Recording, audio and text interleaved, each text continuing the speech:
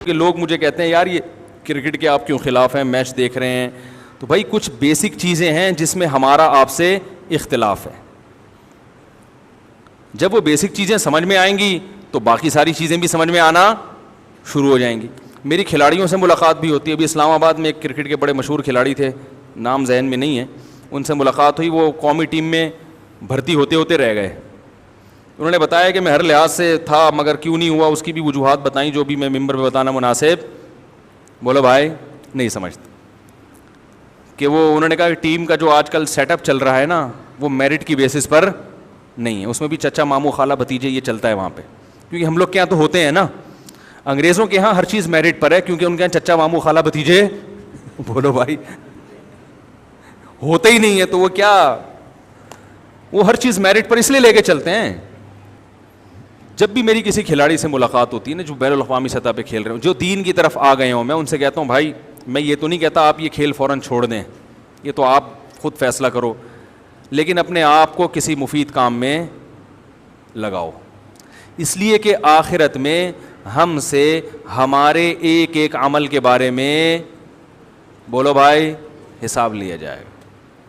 جس کا یہ نظریہ ہے وہ کرکٹ کے لمبے لمبے میچز میں ان کو دیکھ کر اپنے قیمتی اوقات کو برباد نہیں کرے گا.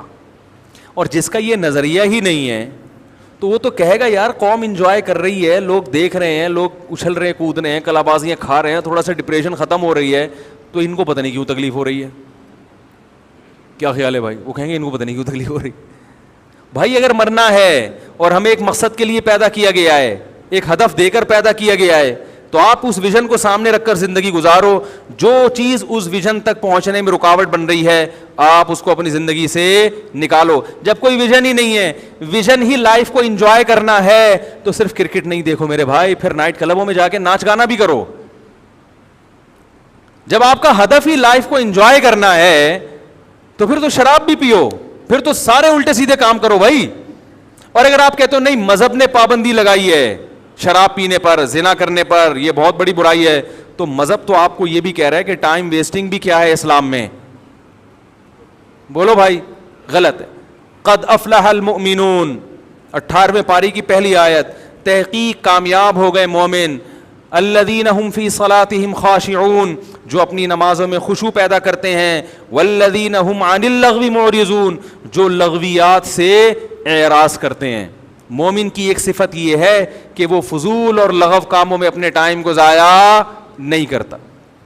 آپ کہہ سکتے ہیں کہ بھائی اس کا مطلب بالکل صوفی بن کے بیٹھ جائیں, کوئی کھیل تفریح ہی نہ ہو, لائف میں کوئی انٹرٹینمنٹ ہی نہ ہو, یہ تو بڑی پھیکی ہے, تو ڈپریشن کے مریض بن کے مر جائیں گے, ویژن تک تو ویسے بھی نہیں پہنچ پائیں گے.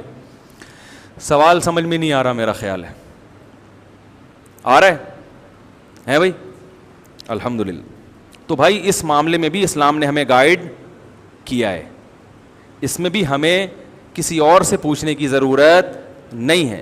نبی صلی اللہ علیہ وسلم کی صحیح حدیث ہے, آپ صلی اللہ علیہ وسلم نے فرمایا الا کل لہو باطل الا ثلاث, ہر کے کھیل تماشا باطل ہے, ناجائز ہے, برا ہے, سوائے 3 کھیلوں کے. سوائے بولتے کیوں نہیں 3 کھیلوں کے. علماء نے لکھا ہے کہ وہ 3 کھیل بطور ایگزامپل کے, بطور مثال کے, مقصد صرف 3 کھیل نہیں ہے, یعنی ہر وہ کھیل جو اس طرح کا ہوگا وہ کیا ہوگا جائز ہوں. تو اس میں 3000 کھیل بھی آ سکتے ہیں, کیونکہ یہ نبی صلی اللہ علیہ وسلم کی عادت طیبہ تھی کہ وہ عدد کے ساتھ چیز بیان کرتے تھے تاکہ وہ یاد ہو جائے. مقصد یہ نہیں ہوتا تھا کہ یہ اس عدد میں محصور ہے, صرف یہی ہے. اس پر تمام فقہاء کا اجماع ہے کہ صرف 3 کھیل جائز نہیں ہیں, بلکہ ہر وہ کھیل جس میں یہ 3 کھیلوں والا معنی ہوگا وہ کھیل بھی کیا ہوں گے جائز ہوں گے. فرمایا ملاعبۃ الرجل اہلہا, اپنی زوجہ کے ساتھ ہنسی مذاق کرنا. اس سے کیا ہوتا ہے, اس میں ٹائم بظاہر تو ویسٹ, بیٹھے میں خام خامے لطیفے بازی چل رہی ہے, ادھر ادھر کی فالتو گیری چل رہی ہے بھائی, تو بظاہر تو ٹائم ضائع ہو رہا ہے, لیکن وہ ٹائم ضائع اس لیے نہیں ہو رہا کہ اس سے آپس کے تعلق بولو نا بھائی. اب باہر بیٹھ کر آپ بہت گپے لگا دیں, یہ کر دیا وہ کر دیا, گھر میں آتے ہی آپ چنگیز خان نظر آ رہے ہیں دیکھنے سے, جیسے لوگوں کے ساتھ ہوتا ہے. بھائی ٹینشن دور کرنے کے لیے دوستوں کے ساتھ بیٹھا ہوا 1 گھنٹے ادھر ادھر کی پی ٹی آئی کے بارے میں بات, ٹیکس کے بارے میں, پھر آ گیا جے یو آئی کی طرف, یہاں سے ٹرن مارا مسلم لیگ, ٹھیک ہے نا, ادھر سے آیا ملک کی پالیسی بھی, ابھی جو نئی پالیسی بن رہی ہے معیشت کو کنٹرول کرنے پر, اس پہ کوئی تبصرہ کیا, اور پھر لطیفے ہو ہا ہا ہو, بڑا گپ شپ, بھی ذہن کو ریلیکس کرنا چاہتا ہوں. گھر میں آتے ہی ایسے انٹری ایسے ہوتی ہے جیسے چنگیز خان کا بڑا والا بیٹا آ رہا ہے گھر میں.